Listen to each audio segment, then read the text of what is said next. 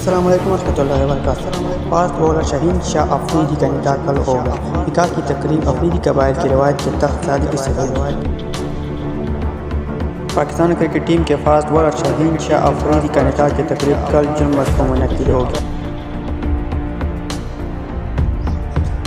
शाहीन अफरीदी का निकाह साबिक कप्तान पाकिस्तान क्रिकेट टीम शाहिद अफरीदी की बेटी अंशा अफरीदी से होगा। रिपोर्ट्स के मुताबिक दोनों खानदानों के बड़ों ने निकाह के लिए 3 फरवरी का दिन तय किया था। कराची में होने वाले निकाह की तकरीब अफरीदी कबाइल की रवायत के तहत सादगी से होगी, जबकि बाकायदा तकरीब और बाद में होगी।